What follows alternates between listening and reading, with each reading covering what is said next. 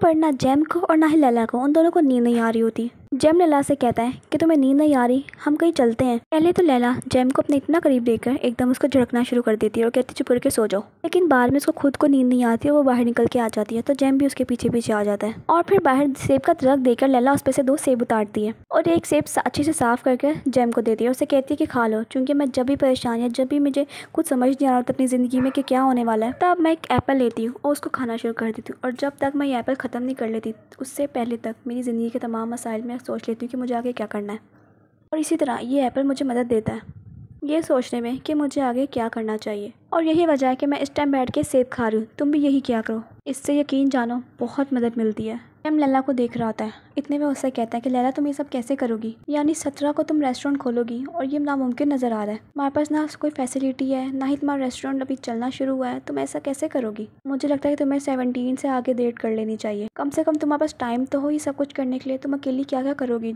Laila jam की बात नहीं सुनती और उसकी बात काट के उससे कहती है कि मैं चलो अंदर जा रही हूँ। लैला जब उठती है तो जैम उसे कहता है उफ़, ये लड़की कभी नहीं सुनती है। पता नहीं इसके दिमाग में क्या क्या चल रहा होता है और सिर्फ यही जानती है इसके दिमाग में क्या चल रहा है और कैसी कैसी लड़ाइयाँ ये लड़ रही है अपने आप से। जब अंदर चले जाती है तो जैम वहीं बैठा रह जाता है, पता नहीं क्या क्या सोच रहा होता है वो बैठकर। दिखाते हैं कि सुबह होती है और खालदून को भी खबर पहुंच गई है कि लैला अपना न्यू रेस्टोरेंट खोल रही है। लेकिन ये बात किसी को भी नहीं पता होती कि वो रेस्टोरेंट कहाँ पर है। ये लोग एकदम पागल हो जाते हैं ये सोचकर कि लैला हमें कंपटीशन दे सकती है, क्योंकि लैला ही तो है जिसने आसूदी को इतनी ऊंचाइयों तक पहुंचाया है। इनके लिए वो कंपटीशन बन सकती है। दून कहता है तुम सब फिक्र मत करो, मुझे पता है मुझे क्या करना है, सिर्फ 2-3 कॉल करनी है और देखना लैला का रेस्टोरेंट बनाने का ख्वाब धरा का धरा रह जाएगा। यहाँ पर जैम सोती हुई लैला को देख रहा होता है आराम से बैठकर कि इतने में उसका फ़ोन बजता है। वो फ़ोन उठाता है तो ऑफिस से होता है। जैम उनसे झूठ बोलता है कि वो इस वक्त मुल्क से बाहर है और वो जैसे ही वापस आएगा वो फ़ौरन ऑफिस का चक्कर लगाएगा। जैम वापस जाता लैला के पास, लैला की आँख खुल जाती है और जैसे ही उठती है थोड़ी बहुत अंगड़ाइयाँ वाइयाँ लेती है, कहती है उफ़, ये बिस्तर बिल्कुल मुझे अपने बचपन की याद दिलाता है। मेरा पूरा बचपन इसी बिस्तर पे गुजरा है। यहाँ वो दोनों उठकर नाश्ते के टेबल पर आते हैं। नाश्ते के टेबल पर वो जो औरत होती है जिसके घर पे होती है वो उसे कहती है कि मुझे माफ़ करना, रात को तुम्हारी खिदमत नहीं कर सकी मैं, यानी तुम रात को इतनी देर से आई थी कि मुझे समझ नहीं आई थी मैं क्या करूँ। लैला उसे कहती है नहीं नहीं, हमने आपको बल्कि तकल्लुफ़ में डाल दिया, मैं इतनी रात को नहीं आना चाहिए था, लेकिन हमारे लिए बहुत लेट हो गया था, हमारी गाड़ी भी ख़राब हो गई थी, इसलिए हमें समझ नहीं आया हम कहाँ पर जाएँ। एकदम दिखाते हैं कि जैम काम के टॉपिक पर आता है। वो उसे कहता है कि आप ऐसा करना कि जो ऑयल है वो आप लैला को दे देना और जो अंडे हैं वो मुझे दे देना, हम दोनों को 50-50 आप अपने फार्म में से कुछ ना कुछ दे दे। जैम लैला का एहसास करते हुए बात करता है, लेकिन लैला उसको कहती है कि नहीं मुझे कोई ज़रूरत नहीं है। जैम कहता है कि मैं तुम्हारे साथ ज्यादती नहीं कर सकता, यानी कि हम दोनों यहाँ पर इकट्ठे आए थे, जो भी होगा 50-50 ही होगा। दिखाते हैं कि वो लोग उनका शुक्रिया अदा करके वहाँ से निकल रहे होते हैं। तो जैम उसे कहता है कि तुम इस गाड़ी में क्यों जा रहे हो, ये ना हो कि रास्ते में फिर से खराब हो जाए, तुम ऐसा करो मेरे साथ चलो। लैला उसको कोई जवाब नहीं देती और हंसते हुए अपनी गाड़ी में बैठ जाती है। उसे कहती है अब यहाँ से हमारे रास्ते अलग अलग होते हैं, अब यहाँ से हम फिर से दुश्मन बन गए हैं, मैं तुम्हारी कॉम्पिटिटर हूँ, इसलिए मुझे हराने की कोशिश करो, ना कि मेरे साथ अच्छे बर्ताव करो। जैम लैला पे हंसता है कि उफ़, लड़की भी ना, इसके दिमाग में 24 घंटे कुछ ना कुछ चल रहा होता है। जैम कहता है अच्छा ये तो बताती चलो, मैं किसी को नहीं बताऊंगा कि तुम्हारा रेस्टोरेंट है कहाँ पर, यानी किसी को भी अभी तक नहीं पता कि तुम रेस्टोरेंट आखिर कहाँ पर खोल रही हो। लैला हंसती है, उसको कोई जवाब नहीं देती और अपना शीशा ऊपर कर लेती है। उसे कहती है ओके अब बाय बाय, ने मेरा बहुत ज़्यादा वक्त ज़ाया करवा दिया। हाँ फिक्र मत करो, अब मैं किसी भी इन्वेस्टर के पास नहीं जा रही बल्कि सीधा शहर जा रही हूँ, क्योंकि मुझे वहाँ पर बहुत सारे काम है। यहाँ पर दिखाते हैं कि जैम सिकंदर के पास आता है और वो उससे कहता है कि अभी तक किसी को नहीं पता कि लैला आखिर क्या करने वाली है। और सिकंदर यहाँ पर बहुत बिट्रेड फील कर रहा था, क्योंकि लैला ने भी उसको किसी बात के बारे में नहीं बताया। लैला उसकी इतनी पुरानी दोस्त है, लेकिन लैला ने उसको कुछ भी नहीं बताया,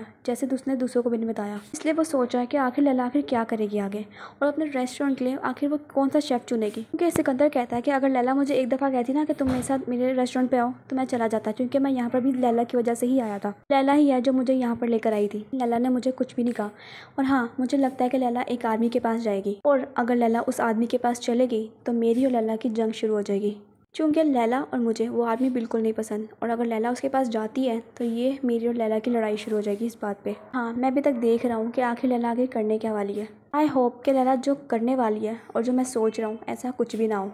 यहाँ पर लैला ने जो लोन लेना था वो खालदून के 2-3 कॉल्स करने पर वो कैंसिल हो जाता है। बैंक से लैला को फ़ोन आता है कि आप लोन के लिए एलिजिबल नहीं है। लैला कहती है लेकिन आखिर क्यों, आप लोग ही तो मेरे पीछे पड़े हुए थे कि हमारा बैंक आपको लोन देगा, हमारा बैंक आपको लोन देगा, तो अब क्या हुआ।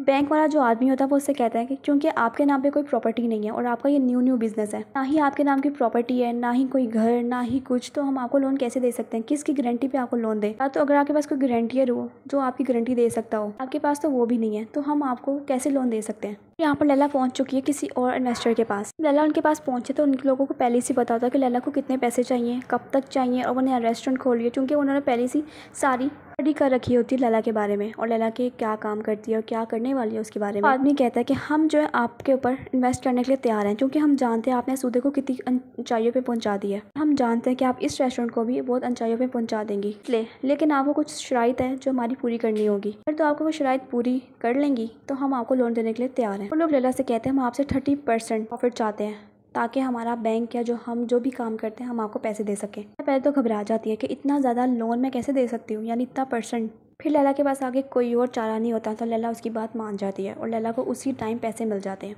एक पहला और बहुत इंपॉर्टेंट काम तो लैला का हो जाता है, लेकिन आगे लैला के लिए और भी बहुत सारी मुश्किलात खड़ी होने वाली हैं। लैला वापस अपने अपार्टमेंट में आ रही होती है, वो देखती है बहुत सारे लोग जैम के अपार्टमेंट में जा रहे होते हैं। वो उससे पूछते हैं कि आखिर ये सब क्या हो रहा है। ये आदमी लैला को बताता है कि जैम साहब के घर में पार्टी है, वेलकम पार्टी, इसलिए बहुत सारे लोग उनके घर पर आ रहे हैं। आप भी जाना चाहती हैं तो जा सकती हैं। आप नहीं जाएंगी क्या जैम साहब की पार्टी में? लैला कहती है मेरे पास और भी बहुत सारे काम है करने के लिए।